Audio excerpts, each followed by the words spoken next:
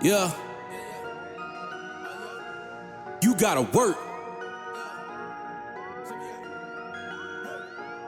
You gotta work, grind, shine, it's mine. Gotta show everybody it's my time. Getting here, you gotta work, grind, shine. Never mind who talking down, cause they lying. Don't talk, you gotta work.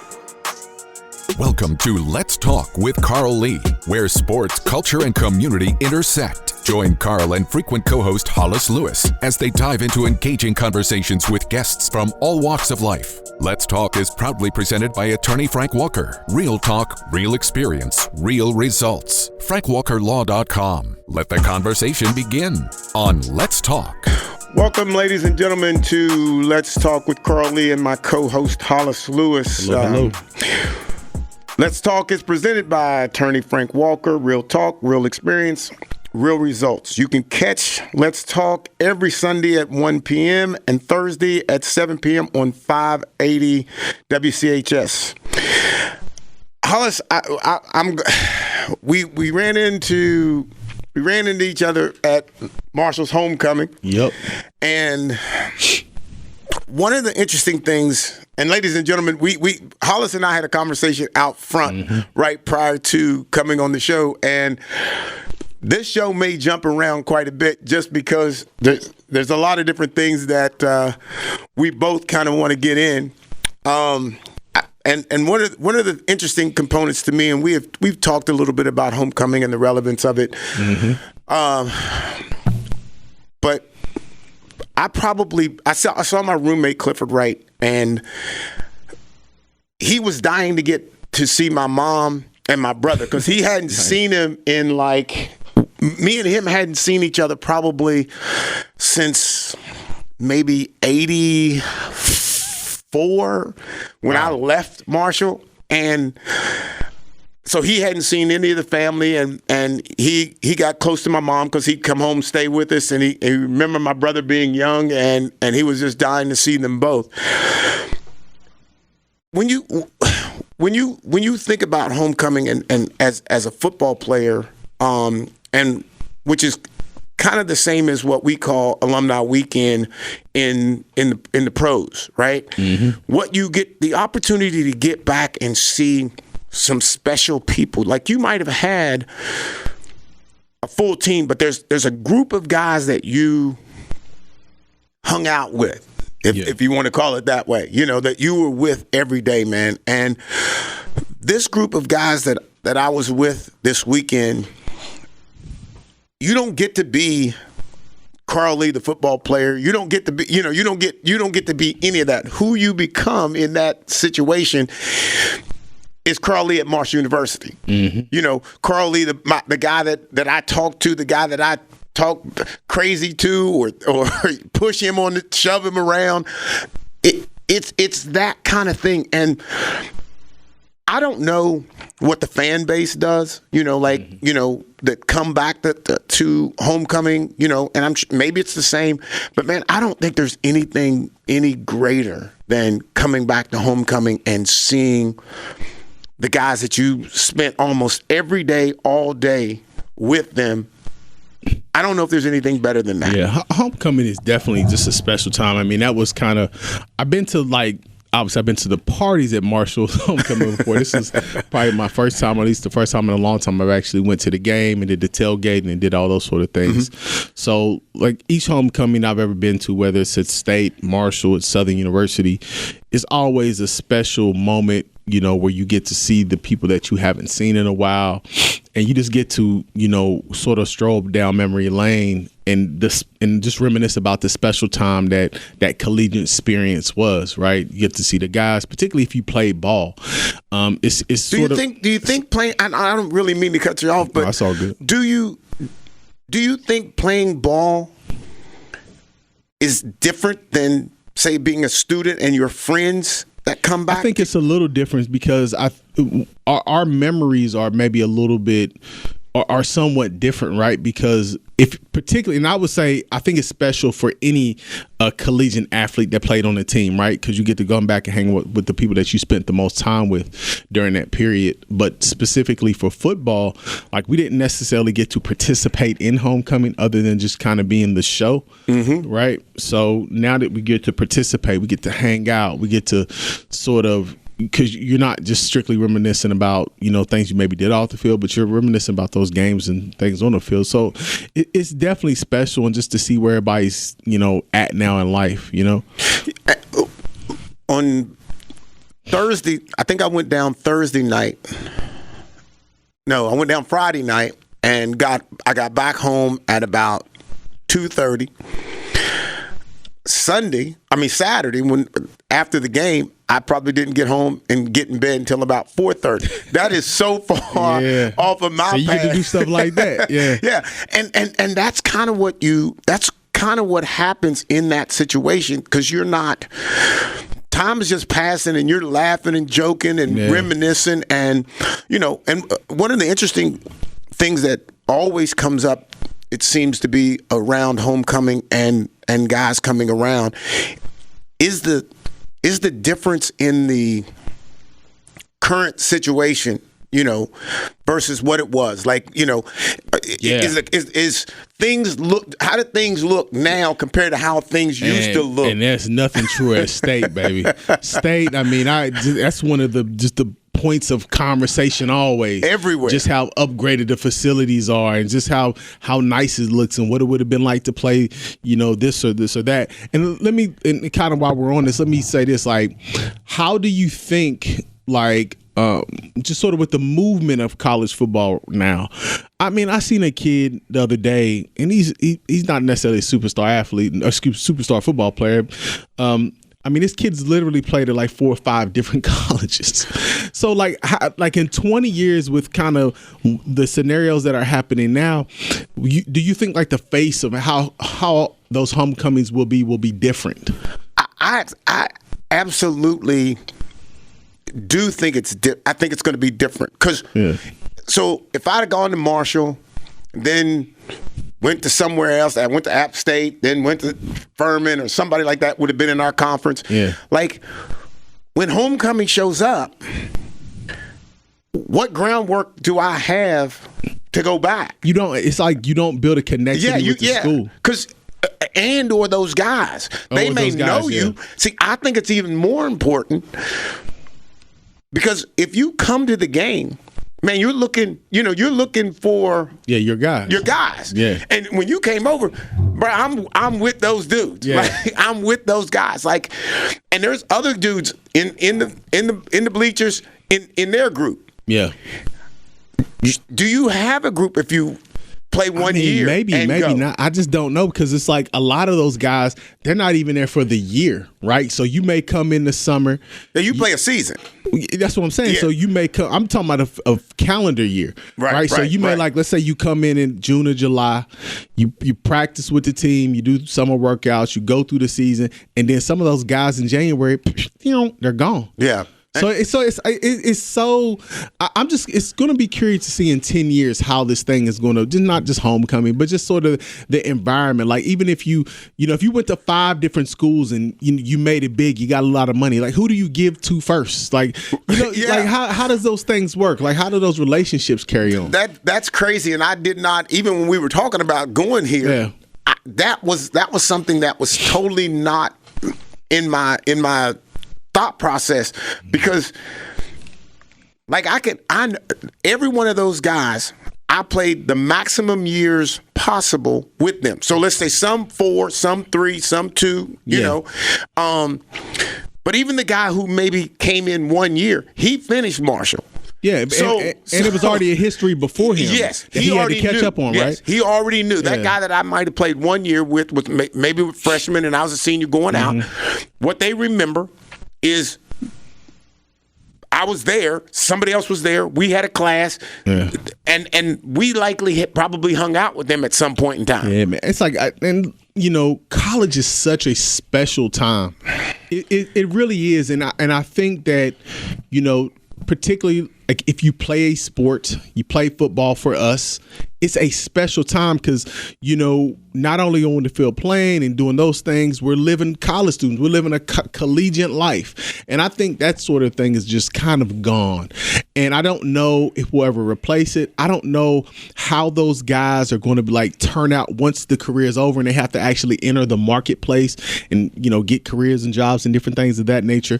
So it's going to be very interesting to see the next 5 to 10 years. How does and just to say this because it just dawned on me, like, so how do you come back for the and be part of the alumni, like even alumni folks? Okay, let's say somebody who maybe gave you some NIL money, okay, and then you leave, go somewhere else, like, and then go somewhere else, and then go somewhere else, like.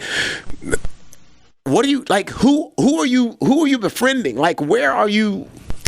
But I guess in those travels, you know, I'm assuming like there's probably one place that's going to be more special than the next. Maybe depending on how much you guys win. Maybe you developed your fiance, your wife, your girlfriend there. So I'm sure that's where that happens a lot of times. So I'm sure like it'll be maybe even if you've gone to 4 to 5 different schools, it'll probably be in that mix. One place that just is special. I don't know, but it's. You know, hopefully they can draw the same things we draw out of it, right? I guess. And so let me ask you this, sort of to move on from that point. When we talk about, you know, homecoming, WVU, I believe their homecoming is coming up. WVU and Marshall both started out rough, right? Yes. Season started out rough, particularly Marshall. I mean, they played Ohio State, played Virginia Tech. They had a killer murder road starting out for a mid-major college. I mean, and in addition, WVU, they were talking about firing Neil Brown a couple weeks ago, right? Now, both schools are 3-2. WVU's 2-0 in their conference. Marshall was 1-0 in their conference. A big, huge win over App State. Yep. You know, so far as a media perspective, like it is a situation in which we just got a lot of time on our hands. We like to pick these guys apart. Should we be more patient?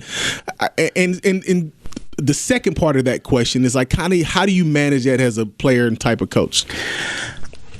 First, as far as media, I think the media doesn't have, like, I think they want to be the first to say, Coach Huff is on the block. Yeah. You know, I think that's, remember, I said it. I wrote about it.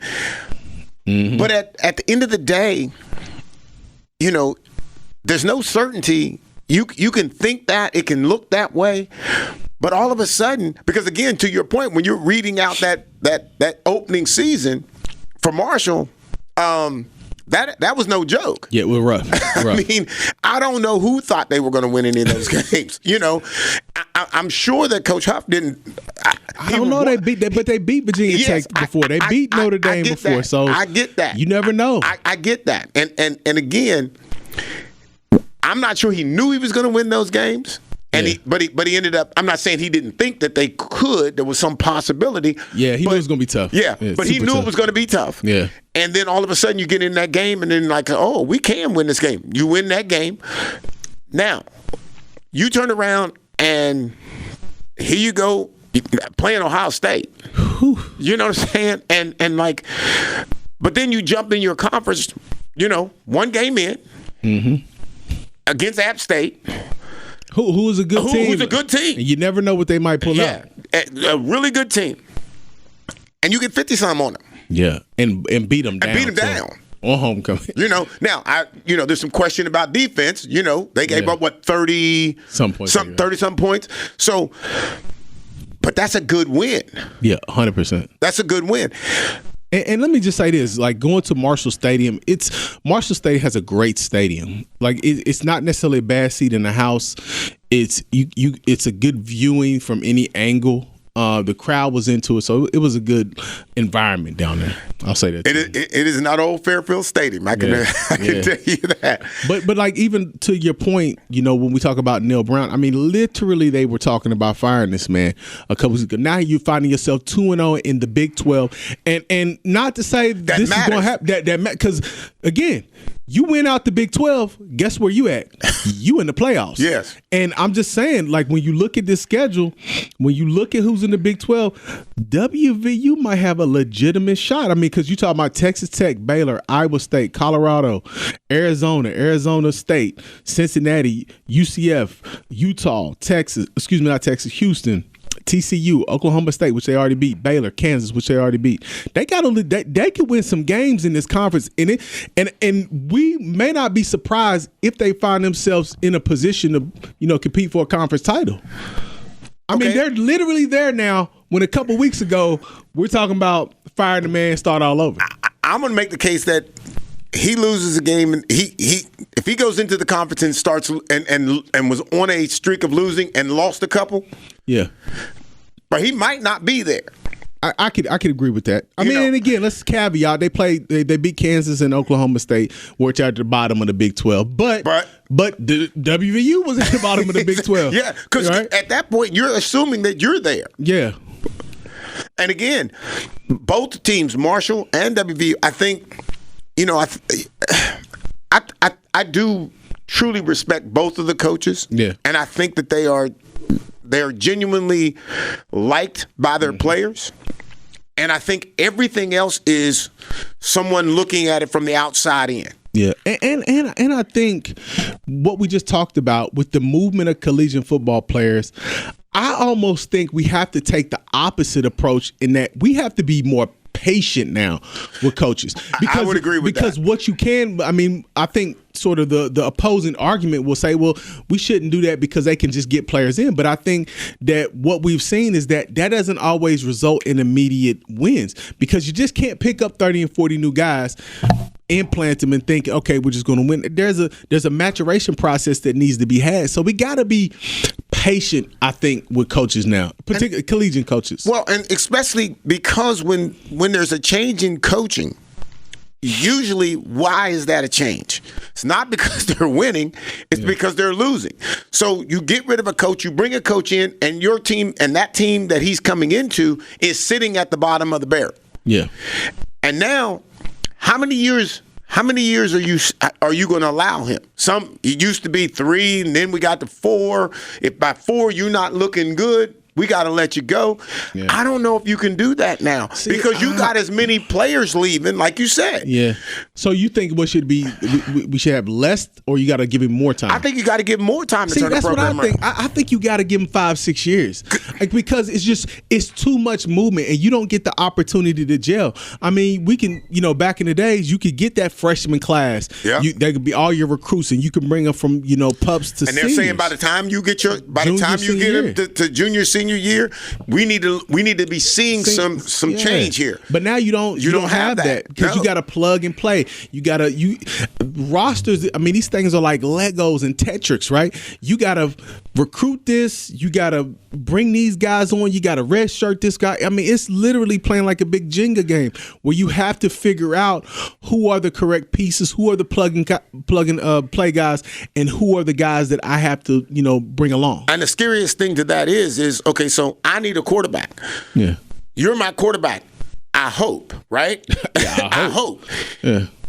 You've already had a good season. You're coming off of a good season, so I'm thinking, okay, now we get some. Now all we need is some receivers and help us on the line a little bit. We get some protection. He can throw the ball down the field. We can make a change. Well, somebody saw that you were good. Somebody saw that you were good. Yeah. And next thing you know, you out of here. Somebody's negotiating with you with some NIL money to get you somewhere else. And see, and I like you said that because that's the other part of it now, right? So when you talk about like Coach Brown, Coach Huff, now not only do I got to figure out who is the plug and play guy, who I got to recruit, I got to figure out this. How to repay. Now I got to figure out how to pay you. Yes. And we talked about that extensively. And as a coach, it's almost you got to be a part of that conversation now. It's not like you can just pass that off to the AD or maybe some consultant you hire or some, the third party groups. You as a coach, I need to know like, okay, we got this budget. I can afford to do this. So now you got math involved and money and budgets. And then the crazy thing to that is if you're the coach, how much do you actually need? Like from year to year, actually not even year to year, semester to semester. Semester, and that gets even more complicated. Beginning of the season, end of the season. At some point, I got to know how much I need to start and how much I'm going to need when we get done. Now, all of a sudden, you were a sophomore coming in as the quarterback. All of a sudden, you play well. You help us win. We done won 4 games this year, and part of that's because you as the quarterback. Now I got to start thinking about. I got to negotiate with somebody outside of the program to get money to pay you to keep you here.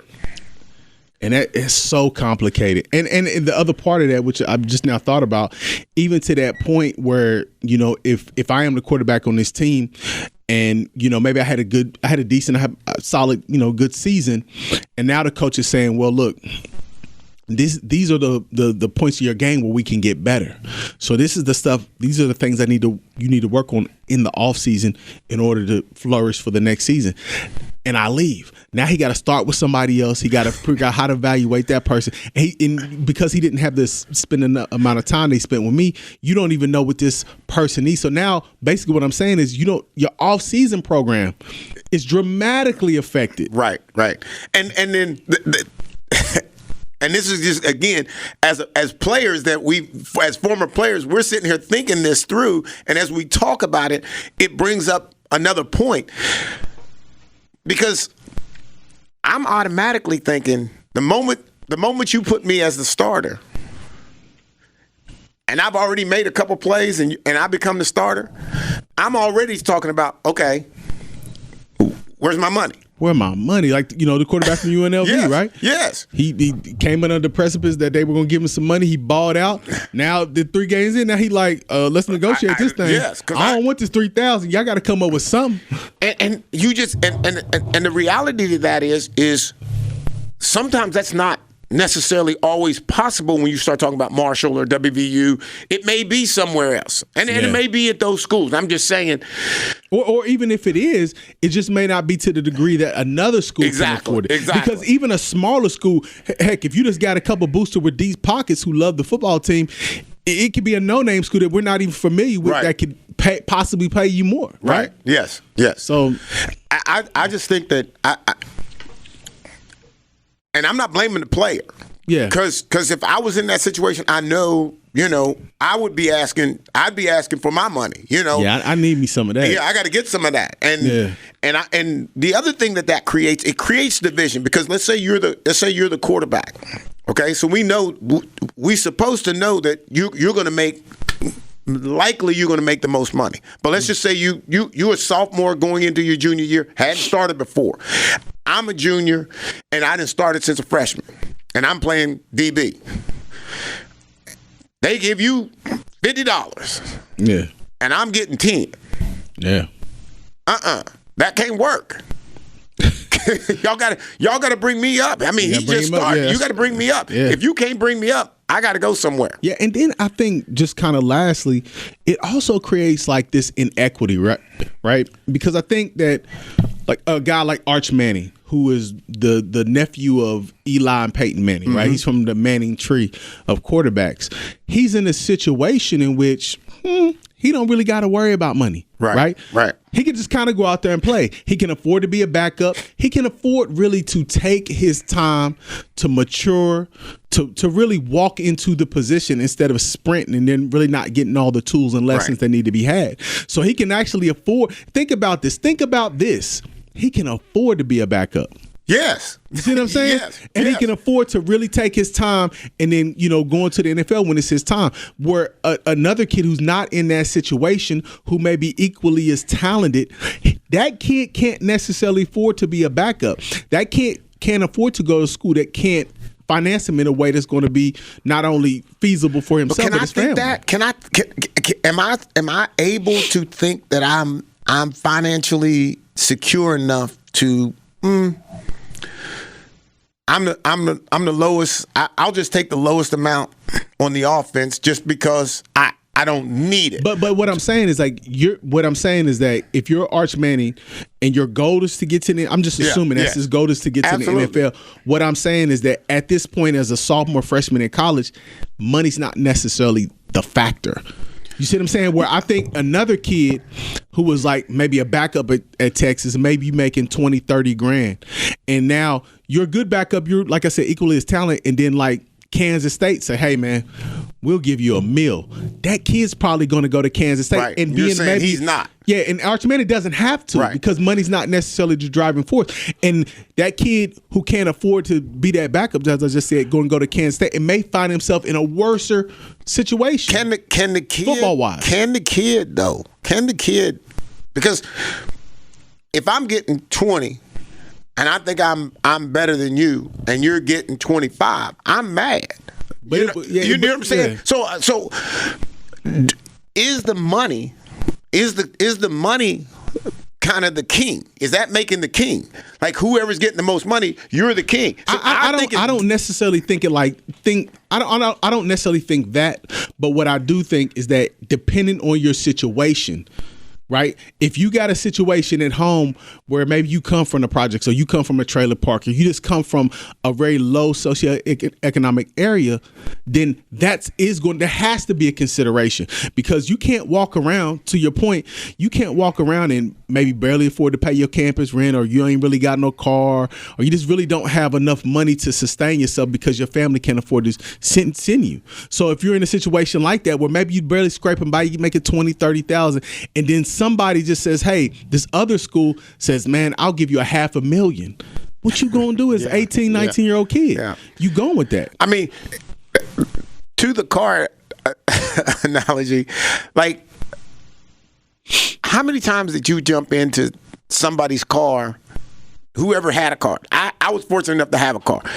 If I was going somewhere, guys were talking about going, bro, we're loading down in that car. Man, like that ain't sitting today's no more. Not everybody. What starting athlete possibly does not have a car? Not at, like, that's what I'm saying, at a big D1, Alabama, Georgia, Texas, they probably all rolling. Because now they can afford to make that car payment or buy that car, or maybe they're getting the car from, that NIL deal. So that's what I'm saying. So when you're looking at stuff like that, like to your point, if I'm looking around and I'm a very highly sought after, highly touted, quarterback, and I'm driving a Honda Civic and somebody got Mercedes-Benz money for me over there, and my family don't got it, and I may be putting myself on the football field in a worse position. And I'm just saying, I think that's where the inequality sort of comes into play. I think that they've created something that they're going to have to cap it. They're going to have to do something so that I'm not, because right now what you're doing is you're judging your talent based on where your money is. But no, see, I think, yeah, okay, you're right, but I don't think I think in some situations, I'm not saying all, in some situations, you're not, like you said, you're basing your talent is going where the money at, yes, instead of your talent going to where you're actually going to be able to be matured and you're going to learn the fundamentals and you're actually going to be schooled correctly in order to make that leap to the next level. And last thing before we go, for a quick break, see the way, and I'm pretty sure that this is the way the system, because it's just like it is in the pros. Yeah. If you're the starting quarterback, there's no way I can make more than you if I'm your backup, or if I'm not in maybe a more, maybe got more seniority. Yes. So if I'm a sophomore and I'm a corner and I've made a few plays, but you the guy at quarterback, there's no way I can make maybe even close to your money or make more than you, because the moment you figure out that I'm making more, but it's a problem. Yeah, that's the whole other thing. That happens in the league, man. Like when you find out somebody's making this kind of money and you thinking that you better than them, there's no way they can be making more than you, bro. There's a problem. All right, well, ladies and gentlemen, we're going to take a quick break and we'll be right back. Let's Talk with Carl Lee is presented by attorney Frank Walker. Real talk, real experience, real results. FrankWalkerLaw.com. comment on episodes, ask Carl and Hollis questions, or suggest topics at our Facebook page. Search for Let's Talk with Carl Lee, and remember to like the page to become part of the conversation. Let's face it, bad things happen to good people. Seriously injured in a car accident, trucking accident, or even wrongfully arrested. Life happens, and when it happens to you, you will need sound legal advice and aggressive representation. That's when you call attorney Frank Walker at 304-413-0179. That's 304-413-0179. Lock it in your phone, text it to a friend. 304-413-0179. Or visit online at attorneyfrankwalker.com. Find previous episodes of Let's Talk at WCHSnetwork.com/Let's Talk. This is Let's Talk with Carl Lee. Now, back to the conversation. Hello, ladies and gentlemen. We're back. I just want to give another shout out to Frank Walker. You can reach Frank Walker at frankwalkerlaw.com for more information. Hollis, we were talking a little bit about all the different money situations that could take place, and you have something else you want to jump into. We got to talk about the Aaron Rodgers situation. As you know, the Jets are struggling this season. I wouldn't say struggling. The season's still young. Like I said, we don't want to rush it. But again, there's been a lot of speculation. Obviously, the Jets fired the coach. A lot of people believe that that's from Aaron Rodgers. He probably pushed for that, although I guess he would probably vehemently deny that. And just, being a former player at that level, just kind of going back into the locker room, and a player has that sort of clout and power, particularly at the quarterback position. Kind of how is that viewed? Like, how do the guys think of something like that when this coach or that coach is gone because of this player and the player still remains? First and foremost, that power is there. Okay. That power does work. Now, what's amazing to me is that it's who it is, I think, is what matters. But see, who he is not who he used to be. Okay, that's my thing. Okay, and that's my point. I'm glad you went there, because imagine, like I said, you're a young DB.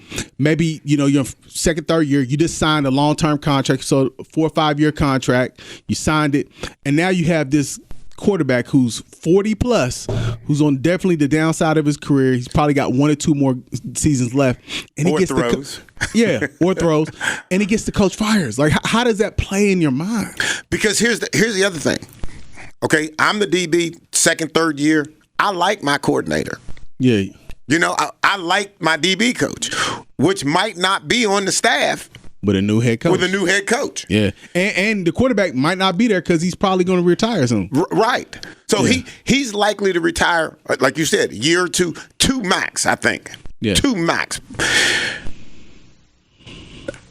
This is something that organizations buy into, that there can't possibly be another Aaron Rodgers. There can't be another Joe Montana.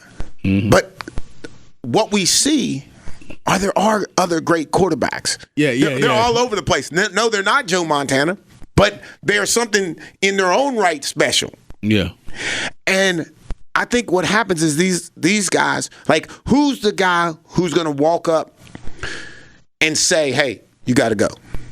Go see the coach. Go upstairs to see management." Yeah, that's who's going to be that person?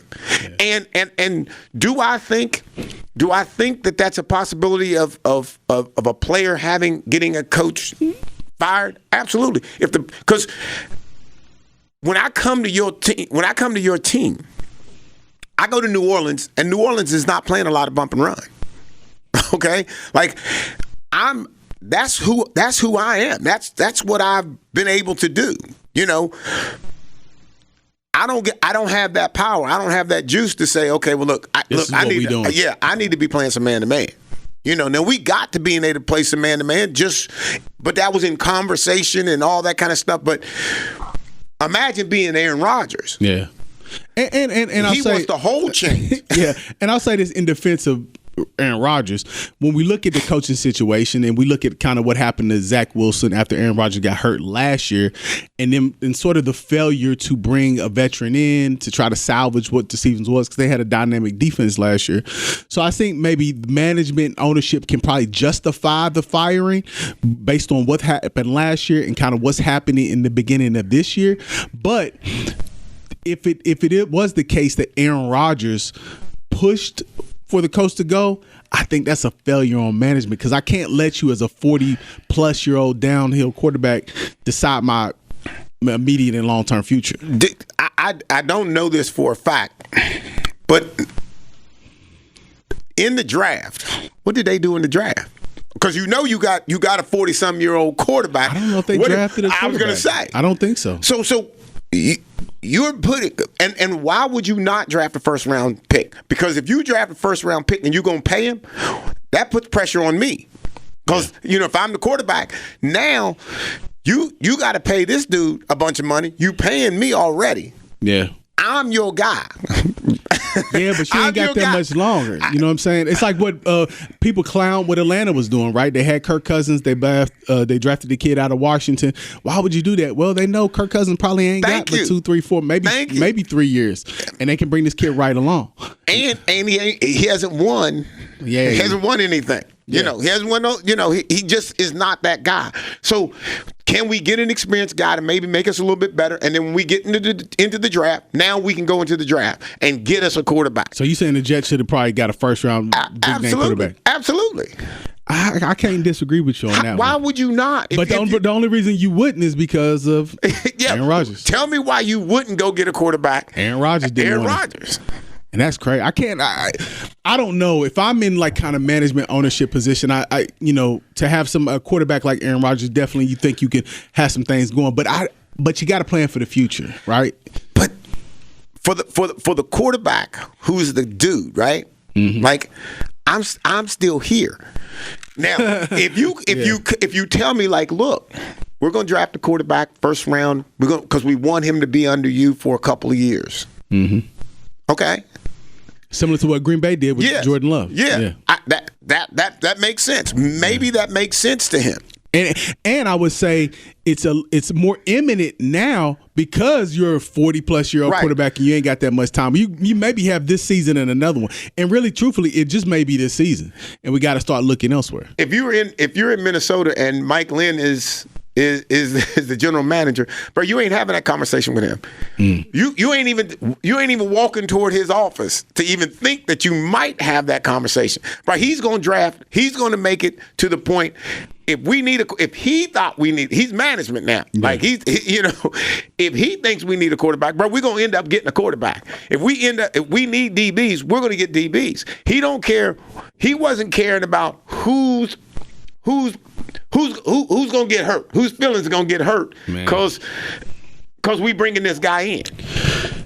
Yeah, and speaking of trading, Davante Adams.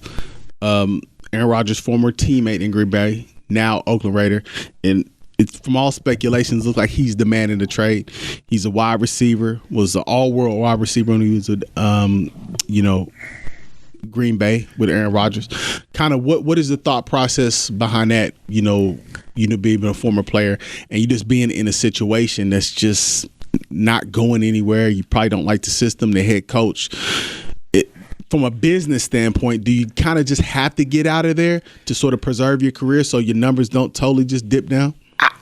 Again, never had to experience that, because that wasn't even the thought process back in the day, right? If you was on a team and things were going bad, and you like, man, the only way you could quote get out of it was contract had to be up, and you just wasn't hearing nothing from management. You wasn't going to demand a trade. That wasn't really going to happen. So, but to try to figure out like what he's trying, what he's trying to, where he's trying to go and what he's trying to get, but there ain't no guarantees. How many? The Vikings are 5-0. Mm-hmm. Okay, who thought that? Yeah. Nobody thought that. So you can't ever really assume what kind of team you on, what's getting ready to happen. Is it going to be good, going to be bad? If it starts out, we talked about Marshall, we talked about WVU. Starts out bad, and all of a sudden, we get into this run. These dudes are jumping as soon as anything looks dark. But I say this, though, in his defense, I mean, the Raiders haven't been a quality, good organization in a lot of years. So at some point, if I'm a professional and I'm looking long term in order to maybe get that next contract, I probably got to be thinking about moving on from a situation in the organization. Because like we Not just said, really.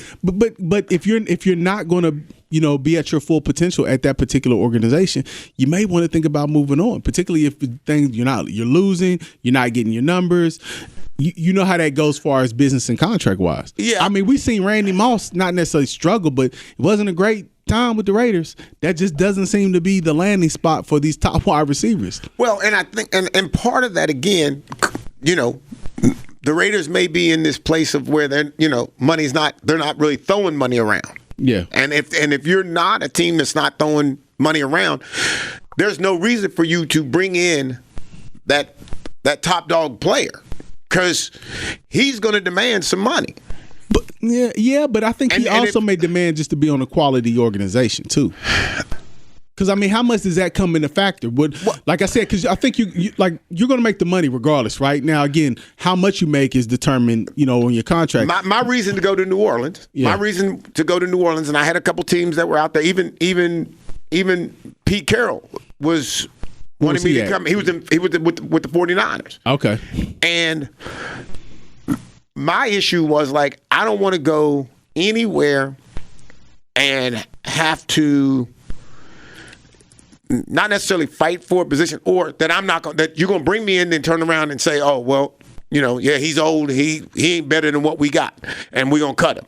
Yeah. I ain't going somewhere to get cut. If you want me, then I wanted a guaranteed contract for that 1 year. Okay. And so the Saints offered that to me, and so to turn down Pete Carroll was a difficult kind of thing. But I don't want to go out there. You're telling me you got some good guys. Okay, that's great. Now, this is not about my skill set. This is about me being 33. You know what I'm saying? And I know where I'm at. Okay, I know that maybe I'm not going to be the perfect, the player that I thought I was prior to.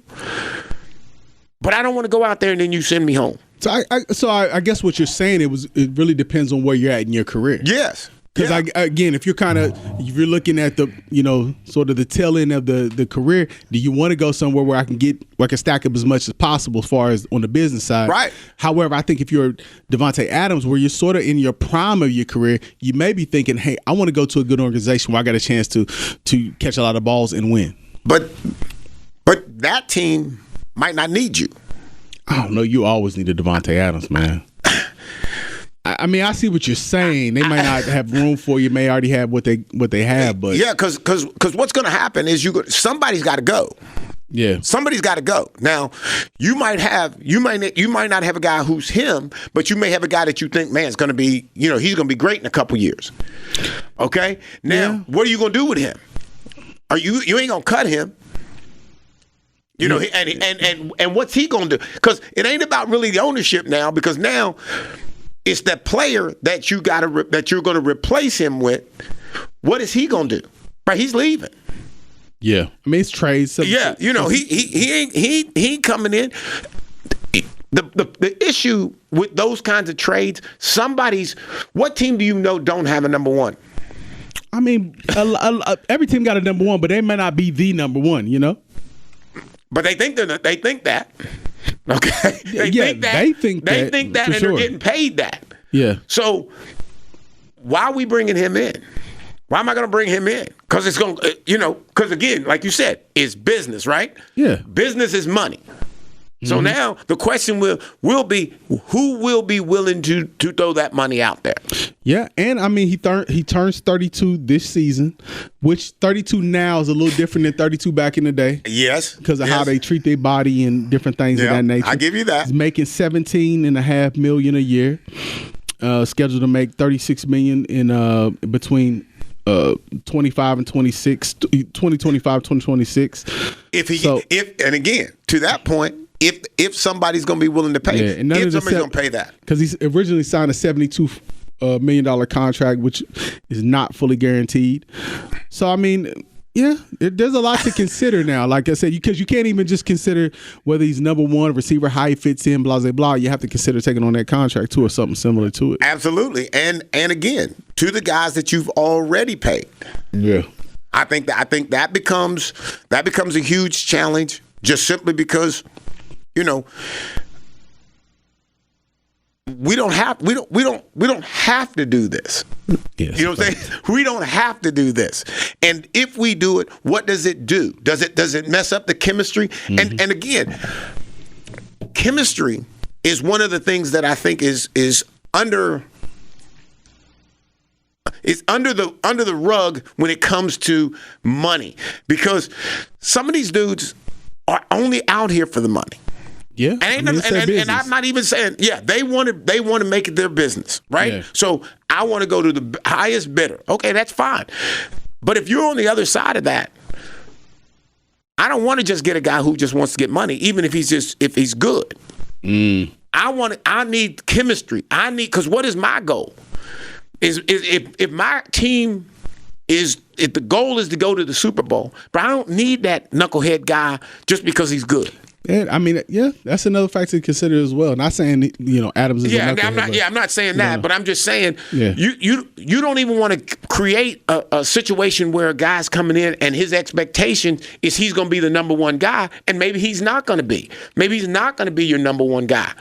Even though he's a number one guy, you already got that guy. Yeah. Who doesn't have that guy? Regardless of if he's good or not, he's considered himself the number one. You have given him the credit as being the number one. I didn't necessarily think about that far as positionals, coming in, particularly like mid-season, and hey, I'm asserting myself because I'm that, right? Yeah, because he's coming in as one. Yeah. So jumping back to college football just for a second, talking about Alabama losing to Vandy, like I want to say whoever bet Vandy is still in Vegas right now living it up. Like if you pitch a couple thousand on that team right now, you maybe can buy a house or a car, because this is something I never would have seen coming. Alabama, they beat Georgia, number one team in the country, rivalry, all that, big, huge win, great game. And I don't think probably what it looked like to me watching the game, they didn't come down from that game. I've said this before and I'll say it again. Nick Saban's not losing that game. Oh, man. Nick Saban's not losing that game. I'm just telling you. Because Nick Saban is not, that team is not going to lay down because continue celebrating a win and carry that over into what's a loss to a team that shouldn't even play. You could be playing your backups. Okay, I mean, that might be true. Yes, Nick Saban that's not happening. Now, that does not mean that the coach is not a great coach. It doesn't mean that. But I'm just making the case. When you want to ask the question, the relevance of Nick Saban, here's the relevance of it. You don't lose that kind of game under a Nick Saban. Yeah, he seems pretty, stern in that. I don't know if he necessarily, but I'll say this though too. Nick Saban also did say on the broadcast, hey, he really downplayed Vandy and we don't lose to teams like that. So but I'm thinking in his preparation, I don't know if the team, whoever he's playing, really comes into mind. The preparation is the preparation, right? With him, it's always the same. It's consistent. Yes. And see that my thought process of Nick Saban is the moment that you just won this big game and that you've got this little game coming up. Yeah. The very first thing before we even get done celebrating the win, the very first thing I'm talking about now, we need to take this same kind of energy into next week. We don't want to look at who the team is. We don't want to look at their record. We don't want to look at none of that. We want to play at this same level. Day one of practice, first thing we talking about, playing at the level that we played at the week before. That is extremely difficult. Because, I mean, you're talking about playing Georgia. It's Georgia and Alabama, top 5 teams at the time, right? That's basically a Super Bowl, a college football championship, in not in the middle of the season, in the beginning in September, October. That's basically the biggest game probably almost of the season other than the championship game. And I don't know how you come down from that in a week, and then you got to face a team like that, which you, like you said, we could play our third string and possibly beat them. It is really difficult. But now let's go back, and I'm sure that you can't recall, nor can I recall. Maybe the listeners can't recall, but maybe have to go look it up. Do you remember? Can you remember a game? Because I'm sure that Nick Saban had some games that were big games, and then came back and it was playing somebody that was they're so. I'm not sure that Nick Saban lost any of those games. We would have heard about that. I mean, I can't even think right now, but I think that would have been brought up somewhere. And I don't think. And why? Not when he was on his run, at least anyway. No. Maybe in the beginning somewhere. No way Nick Saban loses a game like that. Why? Because he's going to, whatever his magic was, whatever his conversations were in the locker room, on the field, you're ready to play that team just like you were ready to play the number 1 team or number 2 team. Everybody don't know how to do that. I don't know how to do that. You know what I'm saying? Yeah. You just don't. That's not something that you just wake up and do.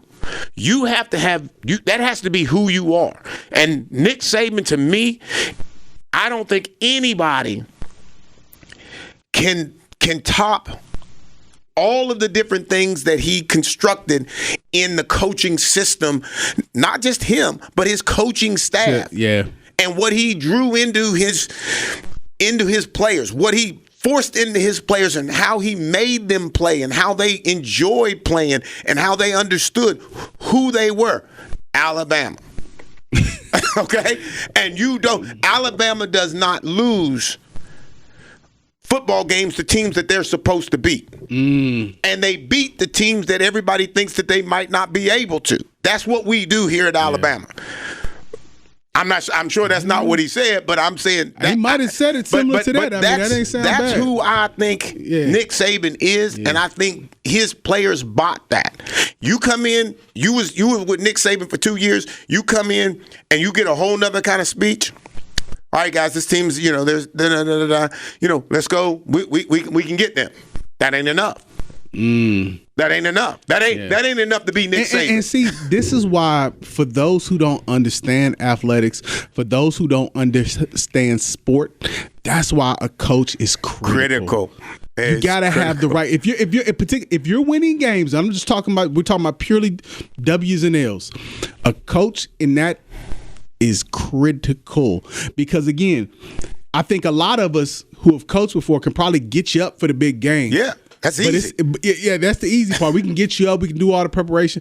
But it's those little that, hey, we're supposed to win. And sometimes those become difficult. And I know that's been a criticism of Coach Huff, right? He can get them up for the big game, but they sort of lose the little ones, right? Because he's a good talker, and he's a motivator. What's happening is, I think, is the motivation isn't always the same. I don't know. This. Connect. It may not connect. He's probably putting it the same way, but the players are not taking it. Yeah, they're not hearing it because they're looking at the film, they're looking at the record. They like, oh man, and that's one of the most dangerous things you can do. You got to take everybody as like Lou Holtz. They're win a championship tomorrow. Yeah, like they're a championship team. We got to come out strong. To the public, it's kind of the same kind of thing when you start to think about you're like a kid, like. You think he's good. And so you just think he can just go out and be good every game against every team. Yeah. It's a different mindset. But when you go into Chicago, but when Chicago was everything, right? You go into Chicago, right? Be just a half an inch off. Bro, you're getting killed. Yeah. When you go into Chicago, bro, you better be like every every one of your senses better be working top notch, if not above. And see, I don't know. I just don't know how you, if you're Bama, I do not understand. I don't know how you come off that win and have that against Vandy. I don't know. I don't know how you muster that up. I mean, like you said, maybe it's Saban magic. I don't know. Maybe you got the pixie dust, the mountain dust, whatever. I don't know how you muster that up after, and I'm not saying in general, I'm saying particularly after a win like Georgia in a game like that. And I think, like, you know, I think there's a coach that has all the magic in his hand. And he's at a team, he's at a program that he builds it, and they start to buy into that belief. Yeah. Chicago, but the thought that they was going to not just beat you, not just win the game, but they were going to beat you down. They were going to physically beat you down so that the next time you come in here to play again, you ain't going to forget that. Yeah. Alabama had that. You come in as a recruit, a freshman at that program, what's the first thing you know? You probably ain't playing. Why? Because you're not in tune yet. You think you can go out and celebrate it. You know, you can have play in one game. And not here. You needed to have gone somewhere else. I just think that program under Nick Saban, certain teams, you know, old Packers back in the day. I mean, and I think this is all still connected to as far back as you want to go. The team and the connection with the coach, and if they can find a marriage that is inseparable, bruh. I think you might. I mean, you're right. I think we had the same thing with Phil Jackson. We had the same thing. Absolutely. Because we could say, oh, he had great players, but they wouldn't win the chips till he came. Exactly. You know what I mean? And again, look at that. Look at the personality that we build. We build that personality. He is who he is, right? Like Phil Jackson is just who he is. But who he was to those players and what he brought to those, what he was say in practice, what he expected from them, they were like, oh, you expect this. I mean, because go back to state. Well, you know, my first year down at state, or when you're there, I'm trying to convince everybody to be where? Top of your game, as top shape as you can play. Give everything that you got. Everybody wasn't on board with that. You know what I'm saying? Everybody wasn't. They weren't. You know. And so so now I'm pushing you. You're okay with that push. I'm pushing somebody else. Oh, man, I don't like Coach. Coach tripping, man. He always da-da-da-da. How can a coach be tripping if he wants the best out of you? I don't know. You know what I'm saying? Because at the end of the day, you can say that coach is tripping if you're not playing, right? You know, that's justifiable, right? Because you think you should play. But if you playing, you rotating in, you in a regular schedule, like you get in the game, you doing something. You can't. There's nothing you can say about the coach because I'm giving you an opportunity to play. Now, I'm trying to tell you, dude, you're better than that. You hear me? Okay, yeah. Then you go do whatever you want to do in the evening, and then by the time we get to game time, you ain't ready to go. You ain't even playing full. You can't play. You can't play top notch because you ain't put in no work in the week. You didn't you stayed up too late. Yeah. And now the coach gets all that blame.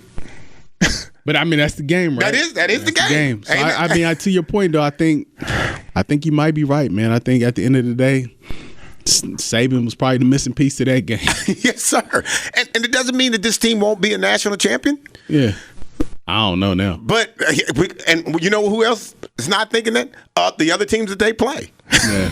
Because if that happened, we can catch them. Yeah. We just need to catch them the right time. Yep. So, well, ladies and gentlemen, we got to get out of here. Hollis Lewis. And we will be back next week. Thank you, Frankie Walker. Let's Talk with Carl Lee is presented by attorney Frank Walker. Real talk, real experience, real results. FrankWalkerLaw.com. comment on episodes, ask Carl and Hollis questions, or suggest topics at our Facebook page. Search for Let's Talk with Carl Lee, and remember to like the page to become part of the conversation. If you fall, dust it off and get back up on your feet. Anything could be a win, yup, even defeat. They say sugar bad for you, wise victory sweet. Couldn't play with big kids, I had to sit in the street and watch from a distance, but over time I grew. If I put in the work, in no time I'm due. Everything that I worked and prayed, I'm okay. If you ask me, how did I do it, I'm gon' say, you gotta work, grind, shine, it's mine. Gotta show everybody it's my time. Getting here, you gotta work, grind, shine. Never mind who talking down, cause they lying. Don't talk, you gotta work. You gotta work. You gotta work. You gotta work. You gotta work. You gotta work.